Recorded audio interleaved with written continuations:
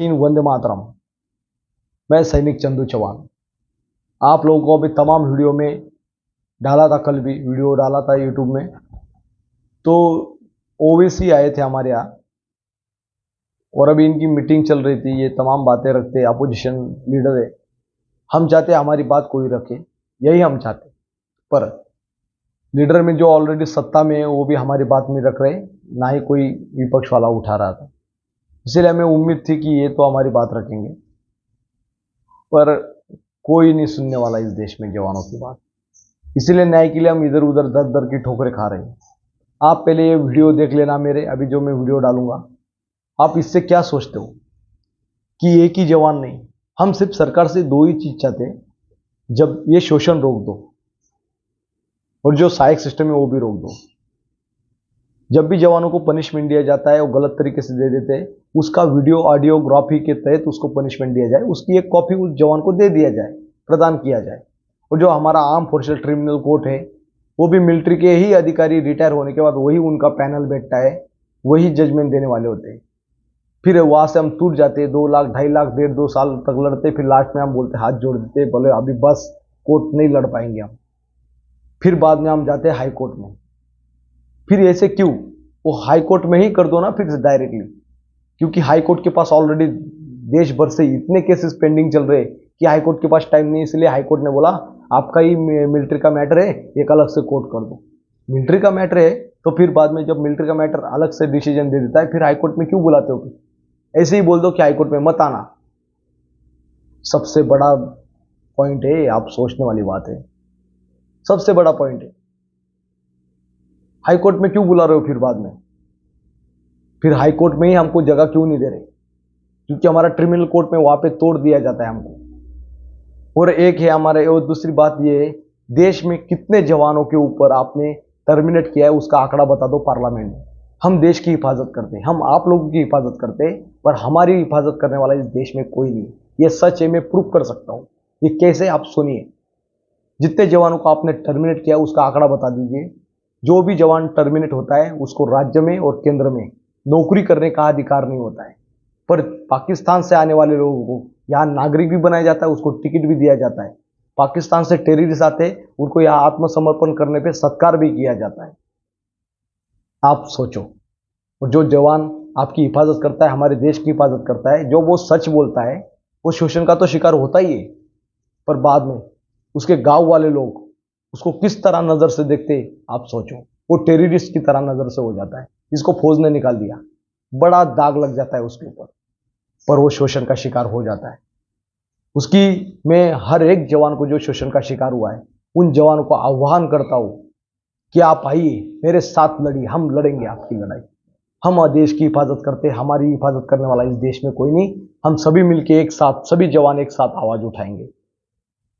ये 10 दिन है, इनको सिर्फ राजनीति सीखना है। ये नेता कुछ नहीं बोल रहे क्योंकि ये राजनीति कर रहे हैं जवानों के ऊपर सिर्फ, पर बोलने की ताकत है। प्रधानमंत्री को पता नहीं क्या है चीज, रक्षा मंत्री को पता नहीं, क्यों जांच नहीं करवा रहे? रक्षा मंत्री ने कभी बॉर्डर पर ड्यूटी दी है? नहीं ना। तो ट्वीट कर सकते हैं, हजार लाखों ट्वीट कर रहे, हमारे वीडियो वायरल हो रहे तो भी दबाया जा रहा है। और प्रधानमंत्री भी राजनीति कर रहे जवानों के ऊपर। नवाज शरीफ को मिलने जाते चाय पीने, मैं चाय पीने नहीं गया था देश में, मैं हथियार लेके बॉर्डर लेके गया था, 180 राउंड लेके गया था मैं पाकिस्तान में, और मेरे पास लाइव प्रूफ है। मैं अभी वो वीडियो दिखाना नहीं चाहता, जब आप दिखा दोगे ना तब मैं प्रूफ कर दूंगा कि पाकिस्तान ने टेलीविजन चैनल ने क्लियर बताया इसने 2 लोग मारे हमारे, मैं प्रूफ कर दूंगा। यही चीज मैं आज तक नहीं बोल पा रहा था क्योंकि मैं एक सेना से जुड़ा हुआ था, एज ए मैं अभी सिविलियन हूं। जब मुझे रास्ते पे एक जवान बोलता है, बोला आप आर्मी में हो, आपके यूनिट का नाम बताओ, सीओ का नाम बताओ, तो मैं सीओ का नंबर टक करके देता हूँ। सीओ साहब से मेरे सामने कॉल करता है, सीओ साहब बोलता है भाई वो सिविलियन है, मैं कुछ नहीं कर सकता। आप क्या सोच रहे हो? यही न्याय की लड़ाई है। आप वीडियो देखिए, मैं तमाम खुलासे करने वाला हूं अभी। और इनवैलिड पेंशन, जितने भी जवानों को आज को सेना से निकाल दिया गया है, उन जवानों को पेंशन क्यों नहीं? वो सेना से जुड़ता है तब अनफिट थोड़ी था, फिट था। इसीलिए न्याय की लड़ाई चल रही है। और आप ये वीडियो देखिए सभी, जो अभी हम तमाम लोगों से मिल रहे हैं, कैसे हमारे साथ व्यवहार होता है, वो भी चीजें देखिए। और वीडियो को इतना हो सके तो इतना शेयर करिए कि कम से कम जवानों की आवाज उठ जाए, क्योंकि जवान आपकी हिफाजत करता है, पर हमारी हिफाजत करने वाला इस देश में कोई नहीं। आज मैं पाकिस्तान में शहीद हो जाता तो मुझे ये दिन नहीं देखना पड़ता, और मैं चाहता हूं कि मुझे पाकिस्तान सरकार ही शहीद कर दे। क्या बताऊं इससे ऊपर, दुख होता है मुझे नींद नहीं आ रही इसकी वजह से। मैं सोचता रहता हूं कि यार मैं देश के लिए ये किया, पर आज मुझे ये सिला मिला। और पाकिस्तान से आने वाली सीमा इधर, आज उसको टिकट दे दी सरकार। वाह मेरी सरकार, वाह मेरे देश के प्रधानमंत्री। यही उम्मीद मातरम। अभी आपको बताना चाहता हूँ, फिर से अरेस्ट कर लिया गया। मतलब साला इस देश में न्याय मांगना भी अपराध है। नेतागण वहाँ पे तमाम लोगों को बुलाते हैं, पर जवान मिल नहीं सकता नेताओं को। ये देखिए, शोषण के शिकार जवान इस देश में 50 लाख से ऊपर आंकड़ा होगा तकरीबन। उन जवानों को आज देश में नौकरी करने का अधिकार नहीं है। क्यों नहीं है? रक्षा मंत्री क्यों नहीं बता रहे पार्लियामेंट में कितने जवानों को टर्मिनेट किया है? हम आंकड़ा चाहते हैं। जब भी जवानों को पनिशमेंट दिया जाए, उसको पनिशमेंट देते टाइम वीडियो ऑडियोग्राफी जांच करवा दो। यही हम चाहते हैं। न्याय दे दो भाई, कोई तो हमारे न्याय सुने। नेतागण तमाम राजनीति कर रहे, पर जवान क्या कर रहा है? जवान हिंदुस्तान के सर्व कटोरा लेके न्याय की भीख मांग रहा है। कोई सुन ले हमारी। गिनती नहीं, स्वातंत्र 71 की लड़ाई लड़ने वाला आतंकवादी हो गए, देख लो। ये असम राइफल में तैनात रहते शोषण के शिकार। सहायक सिस्टम 6 महीना ड्यूटी करते, मतलब अच्छा है। जैसे सहायक सिस्टम मना करते सीधा टर्मिनेट हो जाते। ये है हमारा तिरंगा हाथ में, हम न्याय दे दो बस। ये वीडियो वंदे मातरम। अभी हमको अरेस्ट कर लिया गया है। हम न्याय की भीख मांग रहे, पर न्याय तो नहीं मिला, पर अरेस्ट जरूर कर रहे हैं। इसीलिए यहाँ पे देश में जो सीमा इधर आती है उसको देश का नागरिक बनाया जाता है। और एक सैनिक पाकिस्तान से कैद काटने के बाद वो एक आतंकवादी हो जाता है, मुजदिल हो जाता है। वो चाहता है सिर्फ जवानों का शोषण रोक दो। जवानों को जब भी पनिशमेंट मिला उसको वीडियो ऑडियोग्राफी जांच के तहत दिया जाए।